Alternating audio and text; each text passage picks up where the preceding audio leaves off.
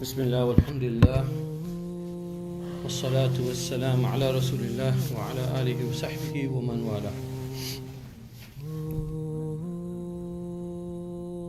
Alhamdulillah, this is the 52nd part of our Seerah Nabawiyah course. Inshallah, we talked about last week, we went over the remaining areas and locations that were recorded, the recorded locations where the Prophet either passed by or stopped at during the sacred journey of the Hijrah to Medina Munawwara. And today, inshallah, we're going to be talking about the arrival in Quba, or arrival in Medina Munawwara. So, one thing about Quba, one thing about Medina Munawwara, the name we know it was called what? What was it called before it got the name Medina? Yathrib. Okay, so Yathrib was the name. And it wasn't an enclosed city with walls. It was basically neighborhoods, different neighborhoods. Some of them spread out, some of them together. And these settlements, or these different tribes, had these settlements spread out in this oasis of Yathrib. And oasis is basically, I'm sure you know, it's basically in the middle of the desert where there's water, where you can find some water. So this was a famous stop also for travelers would be coming from Yemen or from Makkah, Mukarramah, for example, and they'd be traveling north. Medina was a famous spot where they would stop, and then they would continue on to Sham, to the north. So we're talking about the arrival of the Prophet ﷺ. We talked about the different things that happened during the sacred journey of Hijrah, and now the Prophet ﷺ is arriving in Medina Munawwara itself. So he settled first. He came upon a place, and I'm sure everyone is familiarized with themselves with this place and well familiar with the Masjid Quba. This is a place which is about 3 miles south of Medina Munawwara. So when you're entering into Medina Munawwara, the first place, basically the first main place that you pass by is Masjid Quba. You probably saw it on your right, a big, huge masjid. I'm sure everyone has been there to pray there also. So Quba is to the south of Medina Munawwara, and that is the first place where the Prophet ﷺ, when he entered into Medina, that's basically one of the neighborhoods of Medina. And when we say he entered into Medina, Quba being a part of Medina, that's basically what we mean. But the Prophet ﷺ did stay a period of 14 days in Quba, and then he proceeded to the main city, or the inner city, you could say the center of Medina itself. Now, one thing we know, the Prophet ﷺ, when he left from Mecca, there were people spread out everywhere in search of the Prophet ﷺ, searching for the bounty, trying to get the 100 camels for each head. For the Prophet ﷺ, 100 camels for Abu Bakr Siddiq radhiyallahu. So people knew that he had left Mecca. The people of Ansar, the people of Medina Munawwara, and the Muhajirun had left before the Prophet ﷺ, they also knew. So they would actually exit from their houses, and they would go out to meet, basically to look for the Prophet ﷺ and try to welcome him when he came. So the first hadith that we have about this is that the Prophet ﷺ سمع المسلمون بالمدينة بمخرج رسول الله صلى الله عليه وسلم من مكة. So they heard about the Prophet ﷺ leaving Mecca. فكانوا يغدون كل غداة إلى الحرة فينتظرون حتى يردهم حر الظهيرة. So the Muslims of Medina Munawwara would go out every single morning, okay, awaiting the approach of the Prophet ﷺ, the arrival of the Prophet ﷺ, and they would go out to the Harra, they would go out to the outskirts of the city basically, and they would wait for the Prophet ﷺ from morning, okay, like after Fajr, all the way to Dhahira. That means when the sun starts rising up almost to the zenith, and it gets really hot, so then they would have to go back to their homes because it was too hot. So they would do this every single morning. And one day, as they're going back to their homes, there was a Jewish man who was on top of an utum. Utum is basically the houses of Medina Munawwara, and these are the people for the Jewish people of Medina. They have these utum. These are kind of like the apartment buildings that we have now, 3-4 story buildings, tall buildings. And one of the Jewish men was upon this building, and he spots the Prophet sallallahu alaihi wasallam. فبصر برسول الله صلى الله عليه وسلم وأصحابه مبيضين يزول بهم السراب. So the Prophet ﷺ is coming, approaching, and Mubayyadeen, he sees these people approaching, and they had white clothes on. Remember, Zubair ibn Awam radhiyallahu was coming back from Sham, from Syria, and he met the Prophet ﷺ on the way, and he gifted him white clothing. He gifted Abu Bakr Siddiq and the companion and the Prophet ﷺ, he gifted them these white clothing, and they put that on just before they were entering into Madinah Munawwara. And this man saw them, Mubayyadeen, yazulu bihim as-sarab. That yazulu bihim as-sarab. As-sarab is basically the what's it called? In the desert you have this what was it? Mirage, barakallahu feek. So the mirage, when you look out in the desert, and it looks like fumes, or it looks like some kind of thing moving, and sometimes you'll see water, like if you're really thirsty or something, you'll see water, for example, or whatever. So yazulu bihim as-sarab, the mirage was moving with them, and he saw them. So he calls out, he says, Ya ma'ashar al-Arab, O the people, the Arab people, هذا جدكم الذي تنتظرون. That this is your father, or meaning your grandfather or father. This is the one that you have been waiting for. He's here, basically. فثار المسلمون إلى السلاح فتلقوا رسول الله صلى الله عليه وسلم بذح الحرة. Then the Muslims, they went home, not home, they grabbed their weapons, and they went out in excitement to meet the Prophet ﷺ, and they met him. One of the famous things that's narrated about this arrival of the Prophet ﷺ, and I'm sure everyone has heard this nasheed before, where the young girls went out singing, and this is not something that was planned. It wasn't something like a chorus, or like they had these people getting together and memorizing a poem or anything like that. It was fil badi', meaning that they did it without any practice. It was just something that Allah subhanahu wa ta'ala put in their hearts, and they sang this. They said, طلع البدر علينا من ثنيات الوداع وجب الشكر علينا ما دعا لله داع. So طلع البدر علينا, meaning that the Badr, the full moon, has come upon us, has risen upon us. من ثنيات الوداع, from the ثنيات الوداع, this is one of the places. وجب الشكر علينا, and shukr and thanks to this Prophet is wajib upon us. Ma da'a lillahi da'. There is no one who has called upon to Allah subhanahu wa ta'ala like he has. Ayyuha al-mab'uth fina, O the one who has been sent to us. Ji'ta bil amr al-muta'. You have been sent with the thing that is to be followed. Ji'ta sharraft al-Madinah. You came and you have enlightened and you have honored the city of Medina. Marhaban ya khayra da'. That welcome, O the best of callers, the best of the callers to Allah subhanahu wa ta'ala. So again, this is a very beautiful lines of poetry, and they did this without any practice, and they started singing this as the Prophet approached and came into Madinah Munawwara. One of the things we learn from the Sahabi Al-Bara ibn Azib radhiallahu anhu, he says that ما رأيت أهل المدينة فرحوا بشيء فرحهم برسول الله صلى الله عليه وسلم. He said, I never saw the people of Madinah Munawwara happier than that day or that time when they saw the Prophet ﷺ. When they was entering into Medina, they weren't happier than that day when he entered into Medina. And Anas ibn Malik radhiallahu anhu, he tells us in a hadith, he says that shahidtuhu yawma dakhala al-Madinah. I saw I witnessed the Prophet ﷺ enter into Madinah Munawwara. فما رأيت يوما قط كان أحسن ولا أضوى من يوم دخل المدينة علينا. That I haven't seen any more beautiful day or enlightened day than the day when the Prophet ﷺ entered into Medina.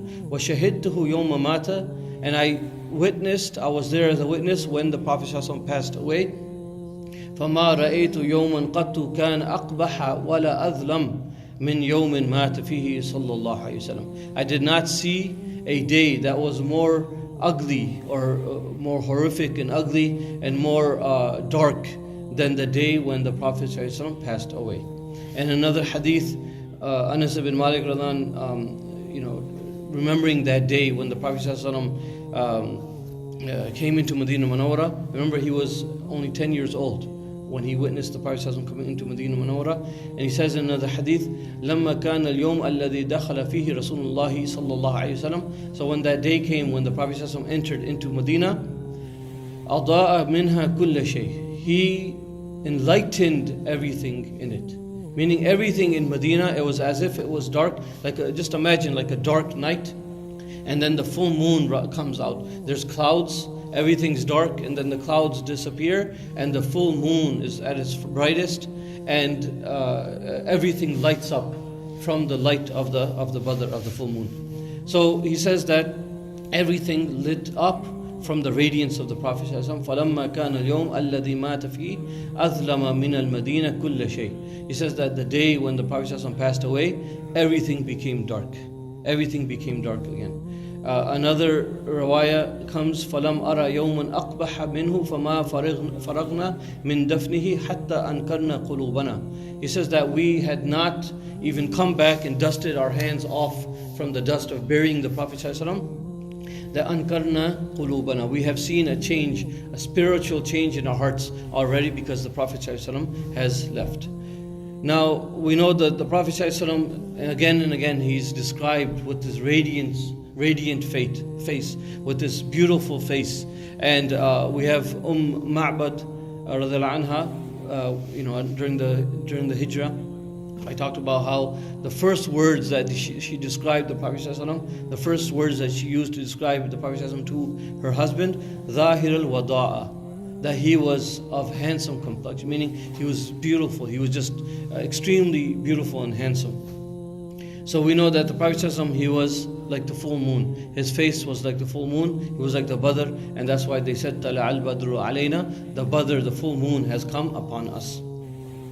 And another beautiful explanation or description of the Prophet ﷺ is the poem of Hassan ibn Thabit radhiyallahu anhu. This is very famous, I'm sure you've heard this before, in poetry form or even in anashid, where Hassan radhiyallahu anhu says, وَأَحْسَنَ مِنْكَ لَمْ تَرَ قَطُّ عَيْنِي. And more beautiful than you, my eyes have never set upon anything more beautiful than you. Have never seen anything more beautiful than the Prophet ﷺ. وَأَجْمَلَ مِنْكَ لَمْ تَلِدِ النِّسَاءُ. And more handsome and more beautiful than the Prophet ﷺ, no woman has ever given birth. خُلِقْتَ مُبَرَّأً مِنْ كُلِّ عَيْبٍ. You have been created mubarra'an, meaning clear from any type of deficiency. كُلِّ عَيْبٍ, any type of deficiency, any type of aib. كَأَنَّكَ قَدْ خُلِقْتَ كَمَا تَشَاءُ. As if Allah subhanahu wa ta'ala, when He was creating you, He asked you, how would you want to be created? And He created you like that. Meaning He created you in a perfect manner. So this is the nur of the Prophet ﷺ, the face that came, the beautiful face and the blessed face of the Prophet ﷺ, the radiance that came from that. And one thing we know is that the Prophet ﷺ, if you look at Shama'il Tirmidhi, if you look at the different books of the description of the Prophet ﷺ, he wasn't like really white in nature. He had you could say brownish complexion, but what it was, that whiteness that what people saw in his face was the radiance, the nur from his iman, the nur from his being, the nur from his soul. That's what the nur that is talked about every time they see that. So a person can be dark in complexion, but they can have nur radiating from their face. They can say, when you look at them, you feel attracted to that person. Not physically like that, but love that Allah subhanahu wa ta'ala puts. Remember the hadith of Jibreel alayhi salam, that Allah subhanahu wa ta'ala called, when He loves someone, the Prophet tells us, when Allah subhanahu wa ta'ala loves someone, He calls Jibreel and He says that, Inni uhibbu fulan, that I love this person, fa ahibba, so you love him. And then Jibreel alayhi salam calls out to the angels and says that Allah subhanahu wa ta'ala loves so and so you all love him. And then the nuzul, his qubul comes down, meaning that it's that love of this person spreads out to the pious people amongst the people. They love this person, they're attracted to that person just because of the nur that comes from within. And that's what the Prophet ﷺ had. Now, one of the things the Prophet ﷺ, as he came into Medina Munawwara, when he finally arrived and he sat down to rest, Abu Bakr Siddiq was obviously he was next to the Prophet ﷺ, and actually people did not recognize. Remember, most of the people in Medina, we talked about how it was 6, then 12, then 72 people from Medina came for the Bay'atul Aqaba, Ula and Thaniya.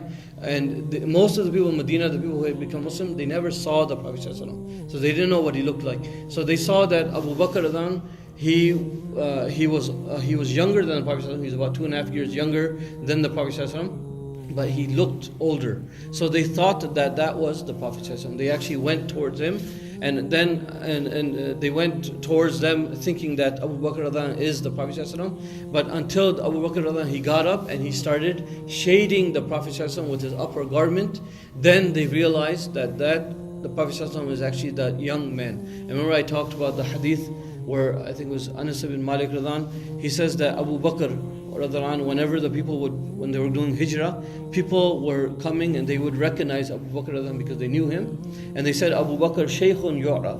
He was an old man that was known to the people. Wa Nabiyullah Shabun La Yu'raf. That the Prophet was a shab, was a young man. Even though he's older than the Prophet but he looked younger than Abu Bakr The next section I want to talk about inshallah today is the reaction of the Jews of Madinah Munawwara. So we know that there were 3 main Jewish tribes, the Qaynuqa, the Nadir, and the Qurayza. These are the 3 tribes of the Yahud living in Madinah Munawwara. And I think I talked about, we did talk about in the beginning of the Seerah course when we started. I talked about the Tubba of Yemen, the king of Yemen, and he was one of those who went out, and when he went to Madinah Munawwara, the Yahud, the Jewish scholars that were with him, they say there was about 400 plus of them with the king of Yemen, and they sought permission from Tubba that we would like permission to stay and reside in Medina. We can't go on with you further. So he asked them, what's the reason behind that? And they say that we see that this is the place, the muhajir of the Prophet. This is where the last and final messenger Rasulullah will make Hijrah to, and we want to wait for him for his arrival. So Tubba actually allowed him to do that, and inshallah I think next week or the following week after that we'll talk about a letter that was written inshallah and given to one of the Sahaba who soon to host the Prophet in his house. In one of the hadith, this is in Dalal al-Nubuwa, Abu Nu'aym rahimahullah, he says in his book An Abi Namla, he says that كانت يهود بني قريظة يدرسون ذكر رسول الله صلى الله عليه وسلم في كتبهم. He says that Banu Qurayza would study the description of the final messenger in their books. They would study this. وَيُعَلِّمُونَ الْوِلْدَانِ بِصِفَتِهِ. And they would teach their own children the sifa, the description of the Prophet sallallahu alaihi wasallam. وَاسْمِهِ. And they would teach him his name. Remember it came in the Ismuhu Ahmad, that they knew the name of the Prophet ﷺ, they knew his description, they knew the physical description of the Prophet ﷺ. So they would teach his name, they would teach his description. وَمُهَاجَرِهِ. They would teach his final place of Hijrah to إِلَى الْمَدِينَةِ. They would teach this to their children. فَلَمَّا ظَهَرَ حَسَدُوا وَبَغُوا وَأَنْكَرُوا. But when the Prophet ﷺ finally did arrive into Madinah Munawwara, they became jealous. Anybody know why were they jealous? I think I talked about this one time before. Maybe not. No, somewhere else. They were jealous of him because of their ancestry. What's the difference between the ancestry of the Yahud and the ancestry of the Prophet ﷺ? Yeah, but there's something to do with the children of Ibrahim alayhi salam. So Ibrahim alayhi salam had 2 sons, Ishaq alayhi salam and Ismail alayhi salam, right? And from Banu Ishaq, from the children of Ishaq alayhi salam, were actually all the prophets from Banu Israel were from the children of Ishaq alayhi salam. And then the final messenger sallam comes from the lineage of Ismail alayhi salatu wasalam. So that's why they became jealous that he's not from us, he's not from Banu Israel, he's not from the children of Ishaq alayhi salatu wasalam, but he's from the children of Ismail alayhi salatu wasalam. So these tribes, they became jealous and they went against, and they basically rejected the Islam and rejected following the Prophet sallallahu alaihi wasallam. One of Ummahatul Mu'mineen, her name was Safiya bint Huyay ibn Akhtab. Safiya radhiallahu anha became one of the mothers of the believers. Later on, years later in Khaybar, when the Muslims conquered Khaybar, and she became a wife, she was freed, and she accepted to become the wife of the Prophet ﷺ. So Safiya radhiallahu anha is actually from the Jews. She was from Banu Nadir, and she actually was born and raised in Madinah Munawwara.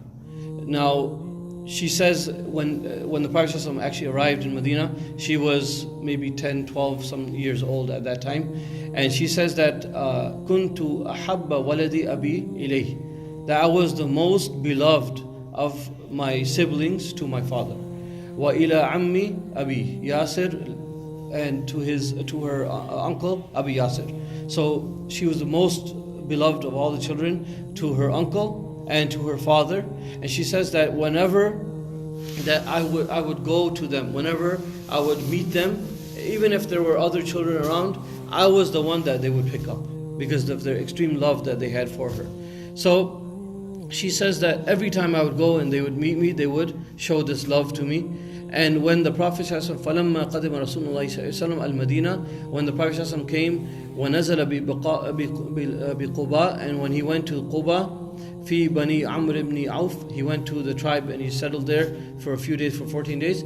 She says that my father and my uncle went out. So that first day when the Prophet arrived in Quba, the Prophet was there, and the father and the uncle of Safiya radhiallahu anha, they went out. And remember Huyay ibn Akhtab, the father, he was the leader of the tribe of Banu Nadir.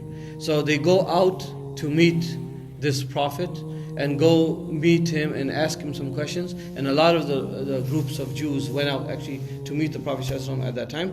And they actually stayed, they went out in the morning, this is around the Dhuhr time you could say, and then they stayed with him and stayed and hearing about the news and listening to everyone and meetings basically throughout the day up to evening when they came back. Now she says that when they came back, فَلَمْ يَرْجِعَا حَتَّى كَانَ غُرُوبَ الشَّمْسِ. So it was about Maghrib time when they came back. So the whole day they were out busy trying to find news about this man who had come from Madinah Munawwara, and he says he's a prophet, okay, in their eyes, that's what they're hearing. So they went out, فَأَتَيَا, so they came back, and she says that I went forward to them to meet them, but they completely ignored me. They didn't even look at her. And she knew that something's wrong. She says this never happened before. They love me so much, they wouldn't ignore me like this. But she saw that something that had preoccupied them, so they were worried about something. And then she says that she heard the conversation between them. So she says that my uncle says to the father, Ahuwa, is he him? Is he the prophet? And the Huyay ibn Akhtab, he responds by saying, Na'am wallah. He says, I swear by Allah, he is. He is that man that we were waiting for. He is that prophet and that messenger that we have been waiting for. Then the uncle says, Ata'rifu wa tuthbituhu, that do you know, you recognize him and you basically recognize him and you agree that he's a prophet? He says, Na'am. So he says, Fama fi nafsik min. So what are you going to do? What do you think then? What are we supposed to do? The father Huyay ibn Akhtab responds, Adawatuhu wallahi ma baqit. He says, I will be his enemy until I die. So we see again that they recognized and they knew that he was a prophet of Allah, but they rejected the Prophet and they rejected the message because of their hasad, because of their jealousy and their of the Prophet. Another person was hadith of the Salman al-Farsi radhiallahu anhu, a famous hadith, a very lengthy hadith. I'm not going to go into that by detail, but we know that Salman radhiallahu went through. We talked about that a little bit in detail in the beginning of the course. So Salman radhiallahu, he ended up throughout his life, he ended up in Medina Munawwara. He had a long life, and some scholars actually say that he lived for about 250 years. Allahu A'lam, but I've seen Imam Dhahabi rahimahullah, for example, some other scholars do say he lived a very long life. So he ended up in Medina Munawwara, and he says that he was remember he was a slave. So he was enslaved because he was kidnapped and enslaved and sold as a slave. So Salman then says that day I was on top of the tree working in the garden of my master. And as he's working, he says the cousin of my master came running and started talking to my master about this man who had come from Makkah and basically the Messenger ﷺ. And he says that I was so overjoyed in hearing. Remember, he was waiting for the Prophet ﷺ. He was taught from the different rabbis, the different priests, that this final messenger will come, and he was waiting for the Prophet ﷺ to come. So he said that I was so excited. He said I almost fell down from the tree on top of my master. That's how overjoyed he was. But so he climbed down, and he says to the cousin of his master, "What did you just say? Can you just repeat what you just said? What about him?" And the master just basically struck him in the face really hard and said, "What business do you have with this? Go back to work." So he says, I went back to work, and then he went back secretly at night to meet the Prophet ﷺ, and we'll talk about that inshallah next week.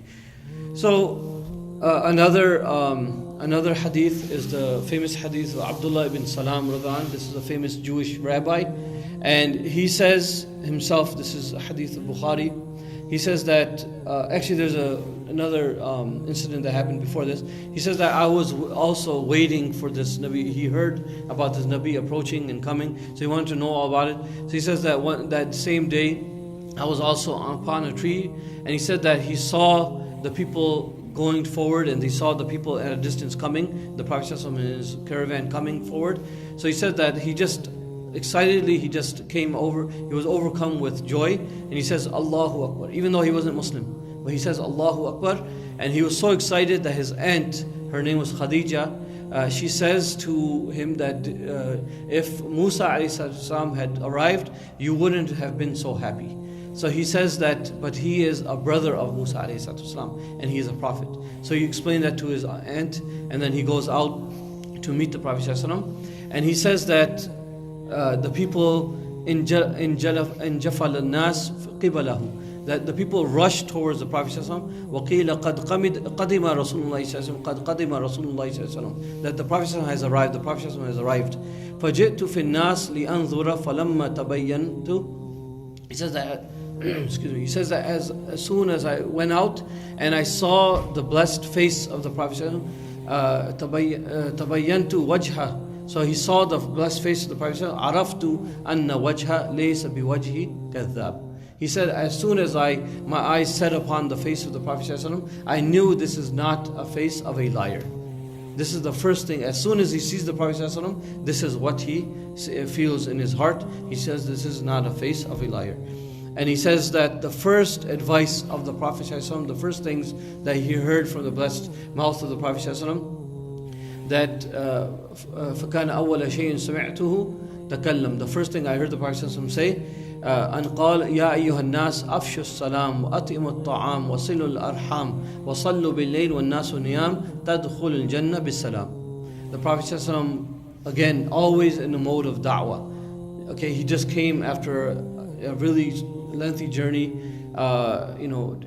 tired from his journey, and he's being chased. And imagine what people are going through, what's going through his mind. He's going to a new city, he's going to be settling in this new city. I'm sure he's tired, but he's always in a mode of da'wah. He's always benefiting people. So the Prophet ﷺ, the first thing that came out of his mouth, he says, "Oh people, spread afshu salam, spread the salam, spread the greetings of salam and the greetings of peace to people, to one another. Wa atimu ta'am, and feed each other.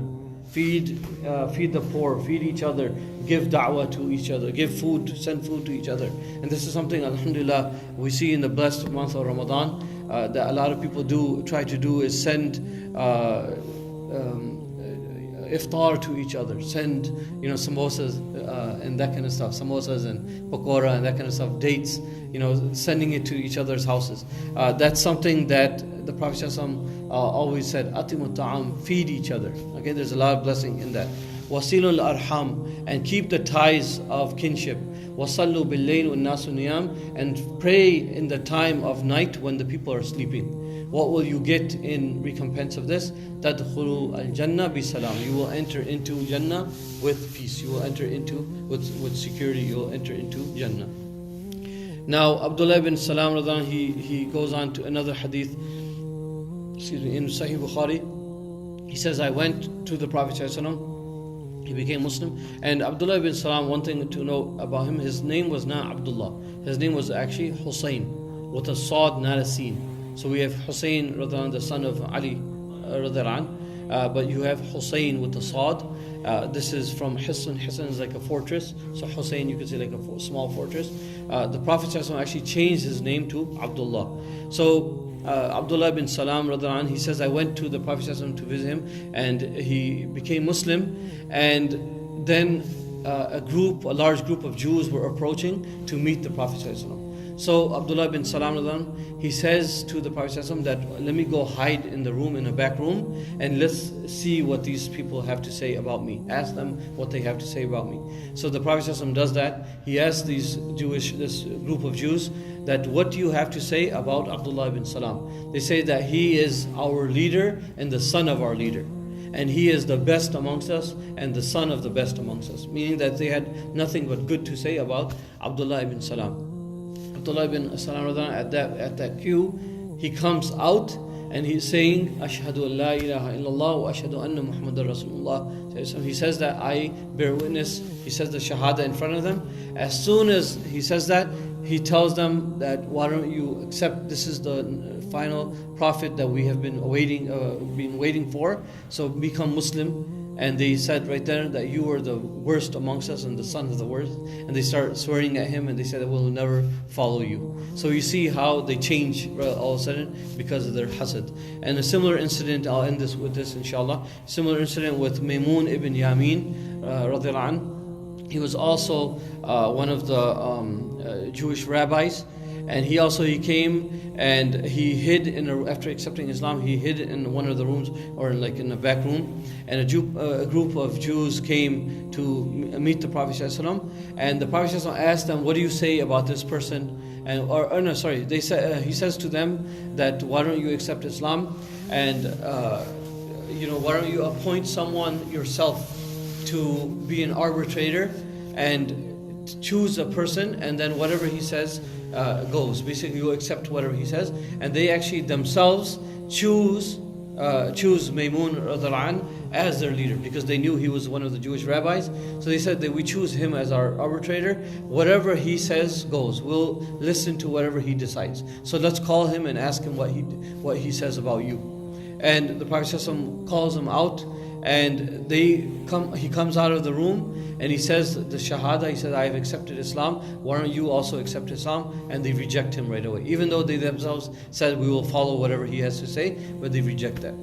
So again and again, they reject it out of their hasad, out of their jealousy to the Prophet ﷺ. So we ask Allah subhanahu wa ta'ala to give us the tawfiq, inshallah, to be of those who accept the message of the Prophet ﷺ without any type of conditions, any stipulations, anything like that, wholeheartedly accept that and bring that into our lives, inshallah, practice, inshallah. So we'll stop there, inshallah. Subhana rabbika rabbil izzati amma yasifun. Salamun ala mursalin. Inshallah, next week we'll continue with Monday after Asr, inshallah.